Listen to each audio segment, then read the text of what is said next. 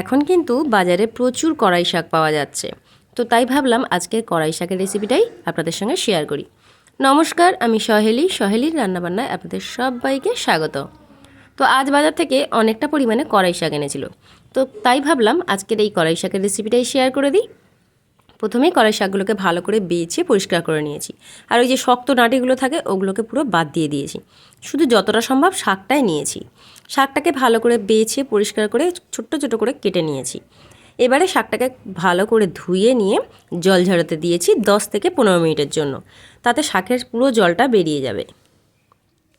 এবারে একটা গ্যাসে কড়া বসিয়ে দিয়েছি। কড়ার মধ্যে কিছুটা পরিমাণ জল দিয়ে এই শাকগুলোকে দিয়ে দিয়েছি, কারণ এই শাকটা যদি একটু সিদ্ধ করে নেওয়া হয় তাহলে কিন্তু খেতে একদমই ভালো লাগে না।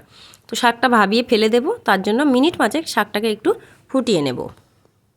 দেখুন শাকটা কিন্তু ফুটতে শুরু করেছে। এবারে আমি গ্যাস বন্ধ করে এই শাকটাকে একটু জল ঝরাতে দেব। শাকটা যতক্ষণে জল ঝরে যাবে ততক্ষণে আমি এদিকে একটা গ্যাসে কড়া বসিয়ে দিয়েছি। কিছুটা তেল দিয়ে কিছুটা বড়ি দিয়েছি।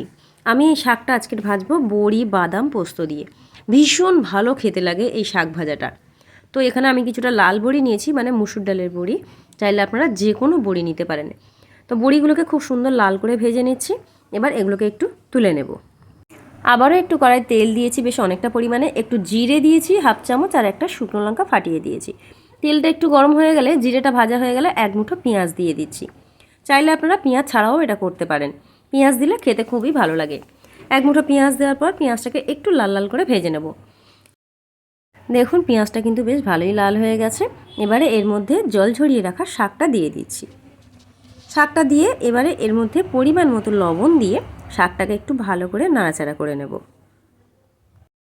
শাকটাকে কিন্তু 5 থেকে 7 মিনিট পর্যন্ত ভালো করে নাড়াচাড়া করে নিতে হবে, তাহলে কিন্তু শাকটা খুব সুন্দর ভাজা হবে। তো শাকটা কিছুটা ভাজা হয়ে যাওয়ার পর আমি এর মধ্যে এক মুঠো চীনাবাদাম ছড়িয়ে দিচ্ছি। বাদাম দিলে খেতে ভীষণ ভালো লাগে। আর বাদামটা কিন্তু ভাজা বাদাম দিয়েছি। চাইলে আপনারা কাঁচা বাদাম তেলে ভেজে নিয়ে সেটাও দিয়ে দিতে পারেন।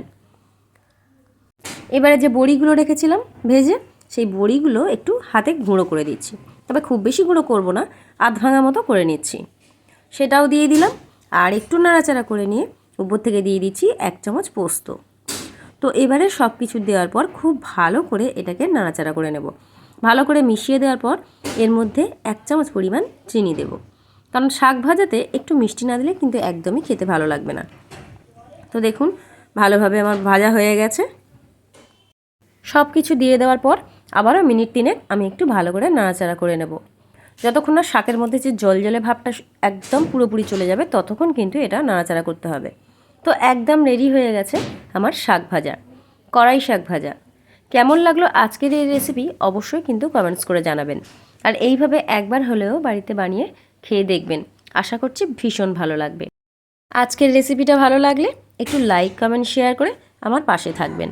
আর যারা এখনও আমার চ্যানেলটিকে সাবস্ক্রাইব করেনি তাদের কাছে আমার অনুরোধ রইল চ্যানেলটিকে সাবস্ক্রাইব করে নেওয়ার জন্য। দেখা হচ্ছে আবার কোনো নতুন ভিডিও নিয়ে। ভালো থাকবেন, সুস্থ থাকবেন। ধন্যবাদ।